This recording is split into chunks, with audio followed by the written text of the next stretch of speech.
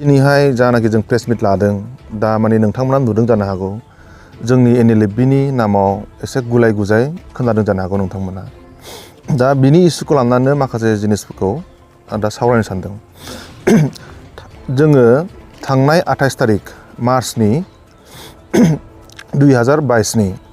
क'क्राझारावहाय माने खारालखारि क'क्राझार एनएलएफबि डिजिटेड केम्पआवहाय जोङो जेनेरेल मिटिं प्लास काउन्सिल मिटिं जादोंमोन।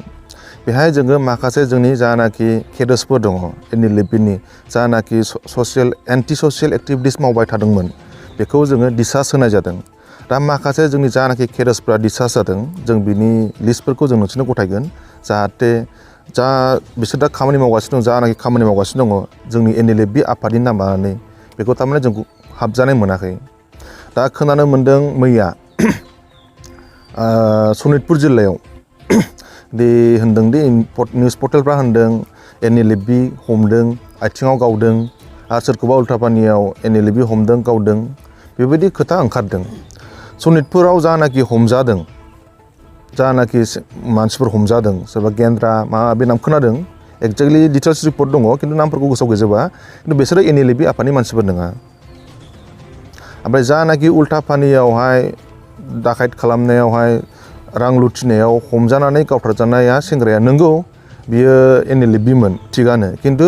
बिसोरखौहाय जोङो 16 जनखौ जोङो 28 तारिख मार्चनि 2022 बे समबारखालिमोन बियो जेब्ला जोङो क'क्राझारावहाय एनएलएफबि डिजिटेड केम्पआवहाय जों काउन्सिल मिटिं प्लास जेनेरेल मिटिं जयै सावरायलायनानैहाय जोङो बिसोर केडार्सफोरखौहाय जोङो माबा खालामदोंमोन मा होनोमोनलायो डिसचार्ज होनाय जादोंमोन जोङो। माखासे डिसचार्जफोरनि माबाया बेयावनो दङ लिस्टफ्रा जों नोंसोरनि उनावहाय गथायनो होनो हागोन आरो फारियै आं नामफोरखौ बुंलांग्रोनि सिगांहाय बेनो जाहैबाय गेवलां बसुमतारी बि गनायथि ओमफ्राय पार्बल दैमारि डि फोसाबग्रा गिबियान बसुमतारी बि गाग्लोब आनिनियास बसुमतारी बि अन्थाव राजदीप बर' बि रेवरिउ सोरांसात गयारी बि सेबखां सानसुला वारि डाब्लिउ सान्थोब बे मानसिया मैया थैबाय। दुखु मोनो आंबो सासे बर' लाइमोन जानानै गावनि सेंग्राफोरखौ बा गावनि बर'नि जानाखि लाइमोन सेंग्राफोरखौ थैनाय होनाय खोनायोबा नाथाय जोङो बिसोरखौ बार बादा होदोंमोनखि आफादनि बेरेखा खामानि दामाव एन्टि ससियेल एक्टिभिटिसखौ दाखालामथ' जों गभर्नमेन्टजों सावरायगासिनो दं होननानै जों बार बुजायदोंमोन इनक्लुडिं न'आवबो थुनहरदोंमोन मानसिखौ जोङो बार फंखायदोंमोन बिदि दामाव होननानैहाय नाथाय अबथिरा रुंसारि जालांबाय जों बेखौ आंबो दुखु मोनो बिमा बिफानिसिम आंबो बे खोथाखौ सावरायहैगोन टाइम फैबा आरो दंबावो जनास नार्जारी एन जेथो बिजय बसुमतारी बि बारखाव बिपुल बसुमतारी बि बिग्राय दिप बसुमतारी बि दान्थाल रजेन दैमारी बि डि रायदों मिथिंगा बसुमतारी बि माइबं आरो दंबावो समर रामसियारि बि सिजौ चन्दन रामसियारि बि सिनायलां आरो तुरुन बसुमतारी बि थांखि बिसोरो जानाखि जोंनि केडार्सफोरमोन एनएलएफबिमोन बिसोरो गासैबो केम्पआवनो थाजोबोमोन। ओमफ्राय बिसोरो न'आव थांनो सुथि लानो होनानै बुहुद गोबाव जाबायमोन जेब्ला जोङो एसे दस्रा आबहावा बारनाय खोनायो बे समाव जोङो फन खालामफिनजोबदोंमोन मानसिफोरखौ बुजायदोंमोन फै केम्पआव सावरायनो होननानैहाय खिन्थु बिसोरो दे थांगोन दे सोरबाया होनो दे थांगोन दे सोरबाया होनदों आं उमुक एप्लाइ खालामदों सोरबाया होनदों आं उमुक मावदों खिन्थु लास्टआवहाय जोङो फाइनालि पिक्सारा मैयासो क्लियार जादों आरो बिसोरो जोंखौ सोरखौबा फन हरनानै बुंदों जों थांला माला होननानै बिदि बुंदों। ओरै उल्टापानि एरिया ओरै आमटेका खैलामेला आनन्द बाजार क'क्राझार ओरै सनितपुर जानाखि दा हाल्ला सिल्ला जादों जोंनि नाम लानानै एनएलएफबि नेशनेल लिबारेशन फ्रन्ट अफ बड'लेण्डनि नामाव लानानै जानाखि हाल्ला सिल्ला जादों बे जोंनि आफादनि मानसिफोरमोन थिगानो जानाखि गावथारजानाय आं दा बुंनाया डाब्लिउ सान्थौआ खिन्थु बिसोरखौहाय जोङो 28 तारिख खालिनो जोङो डिसचार्ज होनाय जादों ज' काउन्सिल मिटिं जिरायनानैहाय। दा दुखुनांथावा बेसो बिथांमोना दि दा माखासे ससाइटियाव हामजायै खामानिफोर मावगासिनो दङ आं बिथांमोनखौ खावलायो बा एपिल खालामो एनएलएफबिनि सासे आफादगिरि जानानैहाय भाइस चेयारमेनबो दङ आंनि खाथियावनो आरो काउन्सिल मेम्बार्सफोर माखासे दङ उदालगुरि केम्पनिफ्राय बुंनाय जादों बे जिनिसखौ जानाखि केडार्सफोर दा डिसचार्ज जादों बिसोरखौ आं खावलायो गुरैयै बेबायदि खामानिखौ दामाव नांगौबा नोंसोरो थांनानै सान्दा जाहैफिन एन्टि ससियेल एक्टिभिटिसखौ मावबाय थानायखौ जोङो रावनिबो दुश्मनबो नङा जों रावनिबो हेंथाबो मावा जों नोंसोरखौ नागिरनोबो थाङा खिन्थु जों खावलायो बेबायदि दामाव जाहाथे रायजो राजाफ्रा जानाखि गोरिब गुन्द्राफोर दङ हाग्रा सेर सेर बिसोरखौ सान्थि थानो होआ आरोखि हायोबा नोंसोर ज' फै पुलिसनि आखायाव नोंसोर रायलाय खिन्थु बेबायदि थाखोमा सोरखौबा दम दाखायत खालामनानै बा सोरखौबा हाथियार देखायनानै गोरिब गुन्द्रा बा सोरनाबा माइ फाननाय सोरनाबा गय फाननाय बेफोरबायदि फैसाखौ माबा खालामनानै लांनो नाङा दम होनानै लांनो नाङा आं गुरैयै खावलायो आरो खनसेबाव मैयाहाय बिटिसिनि IGP doctor L R Bishnu ओमफ्राय एसपि क'क्राझारनि पार्टिक टिउबे आरो एडिसनेल एसपि सुरजित सिं बिसोरो मैया क'क्राझार एनएलएफबि केम्पआव थांदोंमोन डिजेन्टेड केम्पआवहाय जों ज' सावरायदों बिसोरो होनदों सानबासो टाइम जों होगोन बेयाव जुदि फैफिननो हायोबा बेबायदि खामानिखौ जुदि गारोबा जोङो अपारेसन खालामा खिन्थु सानबानि गेजेराव जुदि सफैयाबा बा कन्टेक्ट लायाबा पुलिसफोरजों बिसोरो अपारेसन खालामगोन आरो दा लेटेस्ट जोंखौहाय दा इनफरमेसन होनायावहाय जिपि सिं सारजों हिरेनाथजों बेबायदि जिनिसफोरखौ बिसोर बाबाय मानो होनबा बर'नि गेजेराव बार हाथियार देग्राफोर जाबाय थायोबा माने पुलिस प्रशासननि साइडनिफ्रायबो थारमाने एक्सकिउस होनाय जिनिसखौ दोननो नागिरा बेनिखायनो आङो जानाखि दा बिथांमोना जुदि बे प्रेस मिटखौ जुदि मोनोबा बा खोनायोबा आं गुरैयै खावलायो बेफोरबायदि खामानिखौ दामाव दे डिसार्ज जाबाय जोब्बाय एनएलएफबि आफादाव नोंसोर गैला थिगानो खिन्थु नोंसोरो पुलिसफोरजोंहाय बा जगाजग खालामनानै बा बबेबा मिडिया पार्सनफोरजों जगाजग खालामनानै नोंसोरो सारेन्डार जानाया मोजां आं बेखौसो खावलायो जाहाथे आङो सासे सेंग्रा लाइमोन जानानै आंबो सासे बर'थ' आङो दा थैलायनायखौ बायो सासे बर' थैनायाव जोंहा बेसेबां खहा जायो सासे गथ'आ जुदि 25 बोसोर सेंग्राया जुदि थैयोबा गावजों गाव दावराव दावसि जालायनानै थैयोबा बा 25 बोसोर जों सासे मानसिखौ नेफिननांगौ जायो दा बेफोरखौ सानोबा बेफोरखौ मिथियोबा बा बुजियाखैमोनबा खिन्थु बुजिनानै ला फैफिन न'खरखौबो दुखु होनो नाङा बिदा फंबायफोरखौबो दुखु होनो नाङा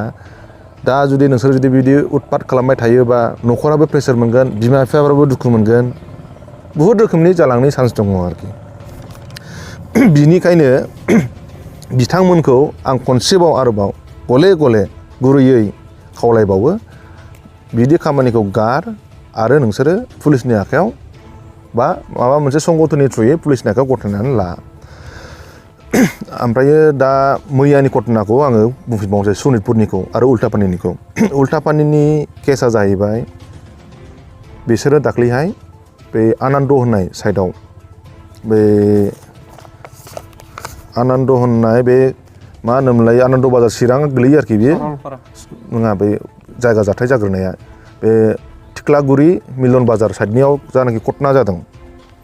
मोनायाव थांनाय सानसे सिगां फैसा लांदों 2 लाख थाखा लांदों सना रुफा लांदों होननायाव इनभल्भ दंमोन बे माबाया मा होनोमोनलाय सानसुला औवारिया बेयो न'आ क'क्राझार माबानि मा होनोमोनलाय कुसुगाव साइडनि खासिबारिनि बे मानसिया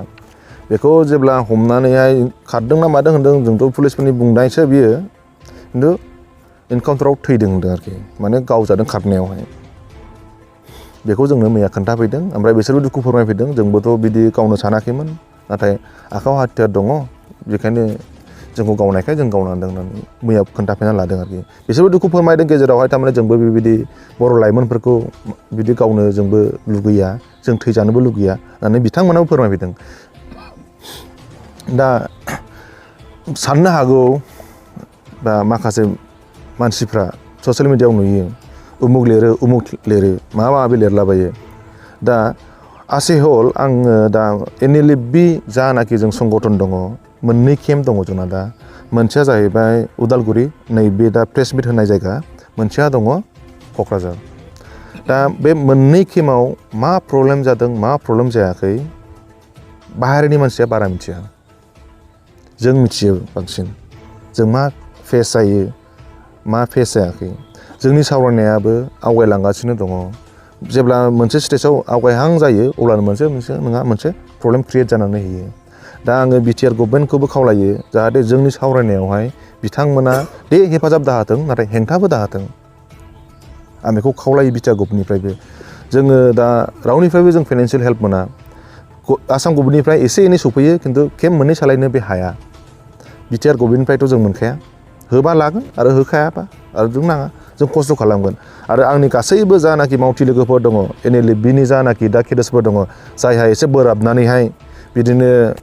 एन्टि ससियेल एक्टिभिटिस मावनो ओंखारलांबाय जानाखि दा थालांबावनाय केडेट्सफोर दङ आं बिसोरखौबो खावलायो गासैखौबो जोङो नंगौ हारिनि मावनो थांनो नागिरनायाव जों खस्थ' मोनखायो खस्थ' मोननानै सानसे मोनजायाबादि दुखु मोननांगौ साननै गस्ला गामसा जुदि मासाव जुदि मोनाबादि दुखु मोननांगौ बेबायदि गैया नांगौबा ज' राननानै थागोन ज'यैनो खस्थ' खालामलांगोन खिन्थु फिथाइया सानसेबाबो थाहैगोन आं बेखौ फोथायनाय दङ जोङो ज'यै खस्थ' खालामलांगोन जानाखि केडेट्सफोर दङ आङो दहायबो रायलायबाय मैयाबो रायलायदों मैयाबो बुजायदों सेंग्राफोरखौ मोनजाबा जागोन मोनजायाबा राननानै थागोन खिन्थु जोङो एन्टि ससियेल एक्टिभिटिसखौ मावथ'वा जेब्लानासिम जोंनि थांखियाव सौहैया उनावहाय थांखिया सौहैया जुदि सौहैयाबा बेहाय जोङो माबा मोनसे डिसिसन लाफिनगोन सोमावसारनायनि बेलायाव खिन्थु दानि मुहुर्त टाइमाव जोङो माला सोमावसारफिनगोन जों मा खालामफिनगोन जों बेखौ फोरमायथ'वा खिन्थु थांखियाव सौहैयागौमानि जों नाजाबाय थागोन जोङो बिदिनो थाबाय थागोन आरो सोरबाया बुंसावो है माबासो सिजफायार नङानो सारेन्डार जानो जोङो एनएलएफबि आफादा जों सारेन्डार जायाखै जेब्लानासिम जोंनि थांखिया सौहैया जों मालाबाबो सारेन्डार जाया हाजार जन मानसिया थैलांखाबाय आरो हाजार जन थैबावनो आरो रेडि जाबावनानै थायो जोंनि लाइमोन सेंग्राफ्रा जों दा बे बिदियावसो दङ खिन्थु गाज्रियै नङा जोंनि थैजों जुदि बड'लेण्ड सोरजिलांफिननो हायोबा जोंहालाय माथो खहा माबा मोनसे जुदि मोनलांफिननो हायोबा खिन्थु जोङो सोरखौबा खहा खालामनानै सोरखौबा माबा खालामनानै जों बड'लेण्ड लाबोनो जों बिदि हाया गावखौ बावसोमनानै जुदि लाबोनो हायोबा बे साबसिन आरो मोजांसिन दा बेखायनो बे प्रेस मिटखौ लिंहरनाया बेनोमोन दा नोंथांमोननिखौ दा हामलायनाय बावहरबावबाय आं आरो जोबनायावहाय फैबाय जों लिंहरनायावहाय मोजां मोनदों आरो आङो गासैबो जानाखि बर' रायजो राजा बिथांमोनखौबो आइ आफा आदै मादै आदा बाजैमोनखौबो खावलायहरो जोंनि आफादाखौ जों दा बबे लामाजों जों लांनो नागिरदों नोंथांमोना फैबाय थानाय समाव नुलांगोन मा मावलांदों मा मावलाङाखै आरो बेनि प्रेस मिटनि गेजेरजोंनो जानाखि नोंसोरो जुदि बिसोरखौ नुयोबा डाइरेक्ट जोंनि इनफरमेसनबो हरनो नाङा बा जों नाङाबो खिन्थु लामा सामा जुदि बे जानाखि दा जोंनि सेंग्राफोर दङ एन्टि ससियेल एक्टिभिटिस मावनो ओंखारदों बिसोरखौ नोंथांमोनाबो बादा हो बुलाय बुसाय दाखालाम गावजों गाव एरसन एब्रबो खालामलांनो नाङा आं सिगांनिफोर बायदि बाथ्राफोर बायदि उमुक जाबाय उमुकनि पार्टियाव उमुकखौ होसोयो बेबायदि जिनिसखौ आङो बे दानि थासारियाव आं थासान्दियाव